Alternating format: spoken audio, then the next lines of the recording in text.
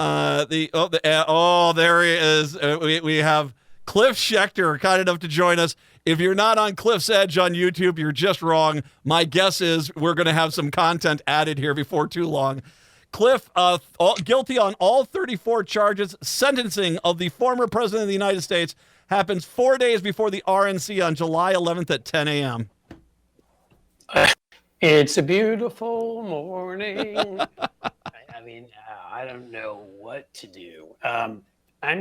I admit, I'm so glad I was wrong. I'm shocked. I did not have faith in our system, at least our legal system, because I figured all the ways he was getting away with manipulating it, from having, his own way, attacks on the judge to try to undermine him, his jury tampering with all of his little buddies, all his little friends like Matt Gaetz and the rest of them, coming down to going up to New York to bring him a blanket because it was really cold. As you may have heard in court, there was very chilly, and make him feel better while he was sleeping and farting. And even with all of that, even with all his attempts at jury tampering, all his attempts at undermining the judge in every other way, this man tried to test our law. He actually was found guilty of all charges. Hallelujah. Lord Humongous himself is apparently he's pouty at this point.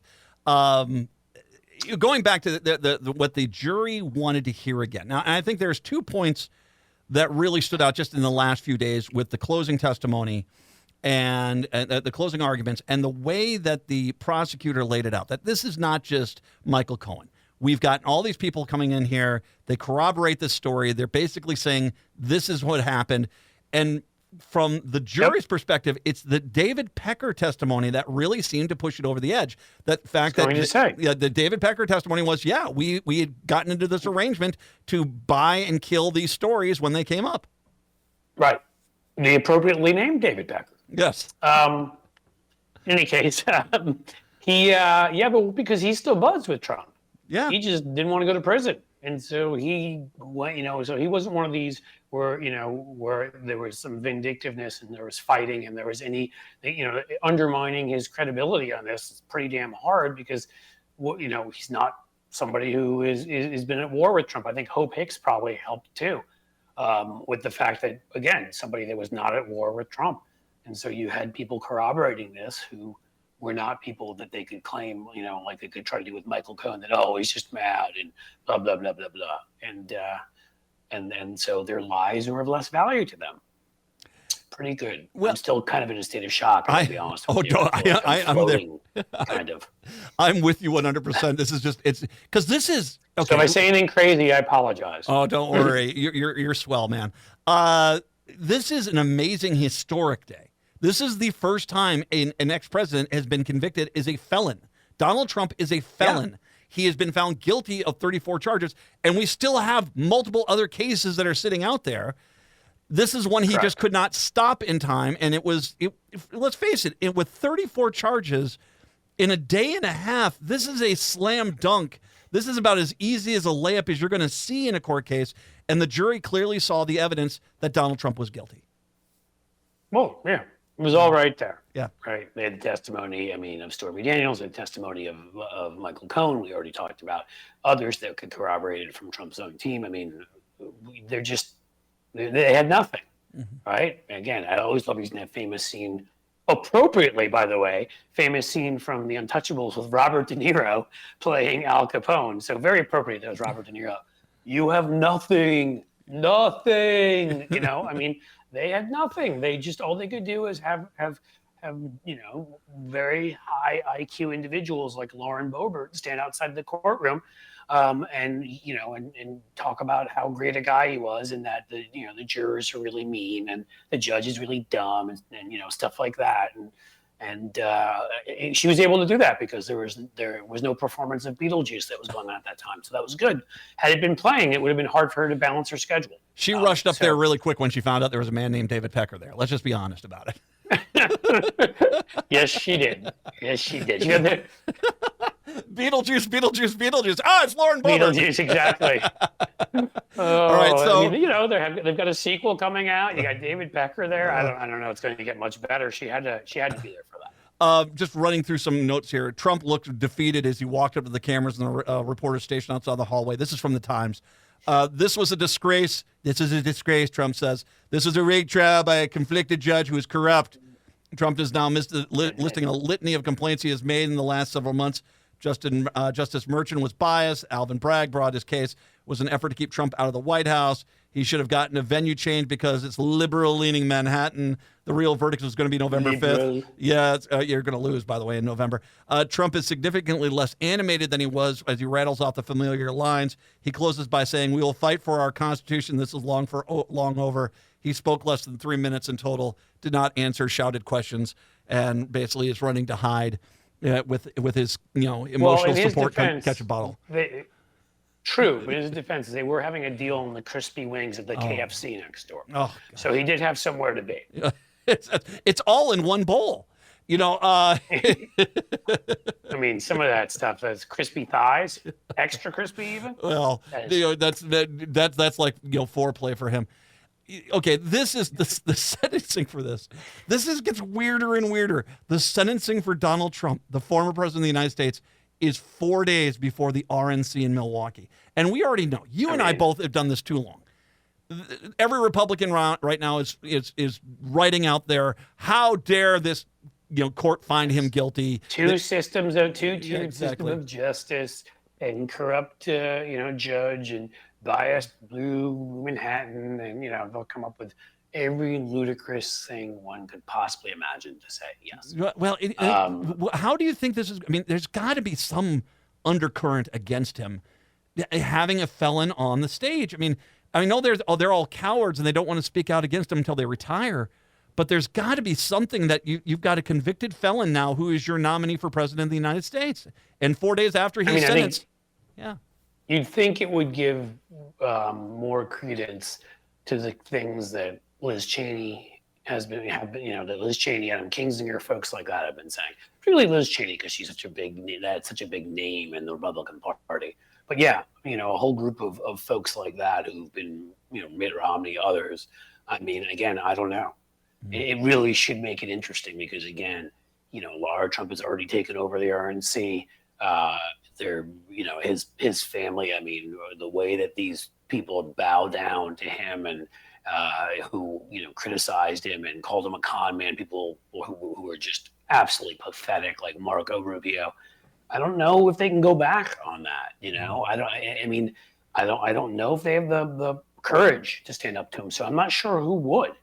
So, I think they're going to end up having a felon on stage. I don't really understand how this works. It is a weird situation we haven't had before. Usually it's the Secret Service who are keeping felons away from the president. Yeah, that's usually. But in this case, even though the man does have multiple personalities, it seems, they can't separate him physically.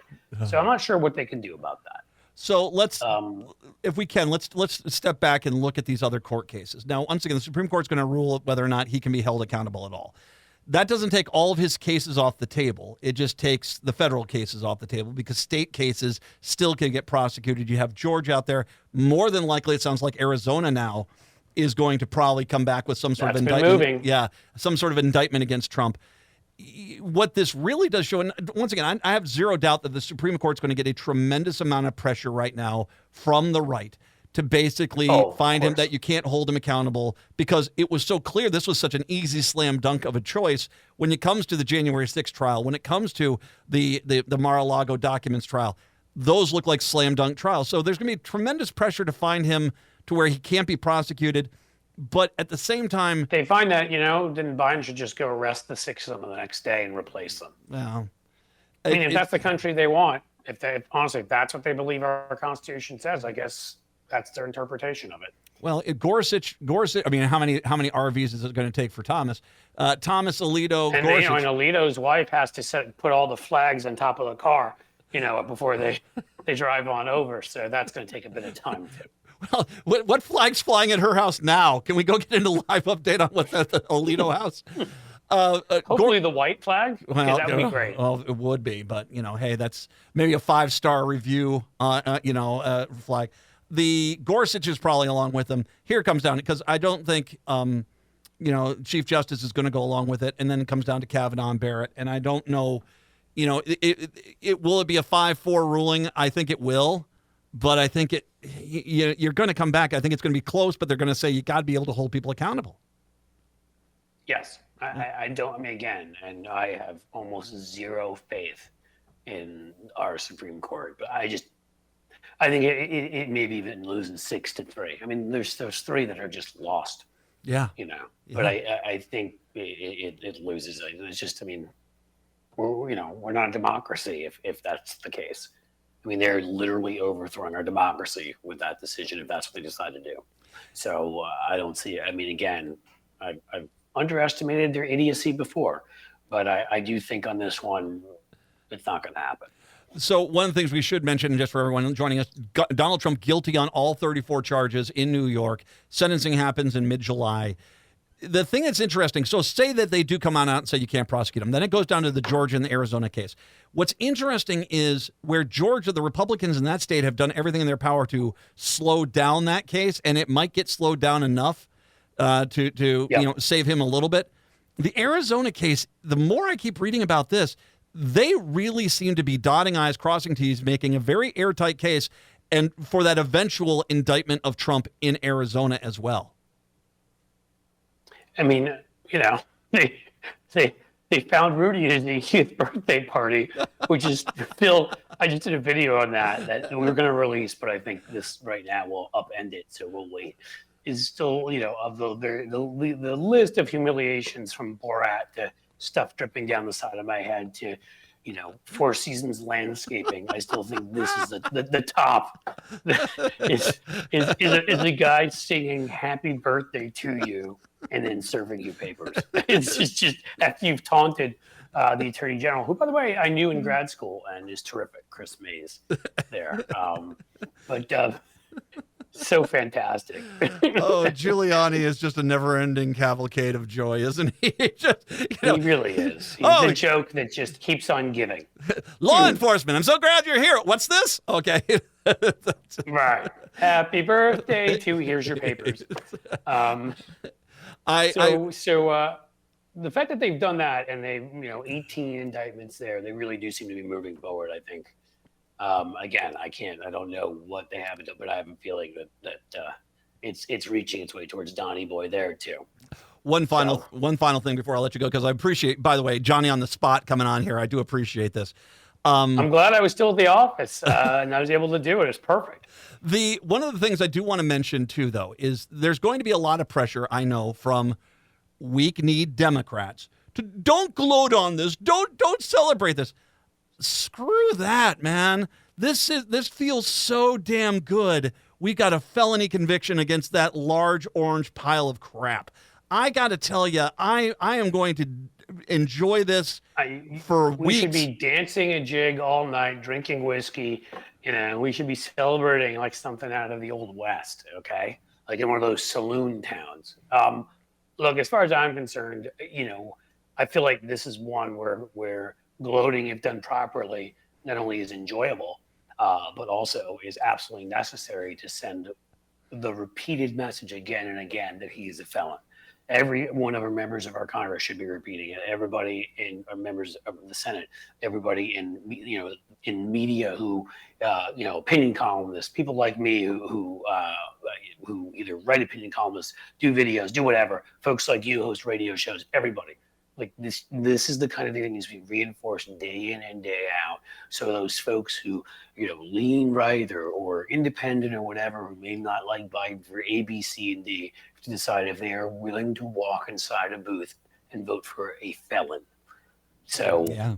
I think that gloating is on the menu. It's going nowhere. Gloat responsibly.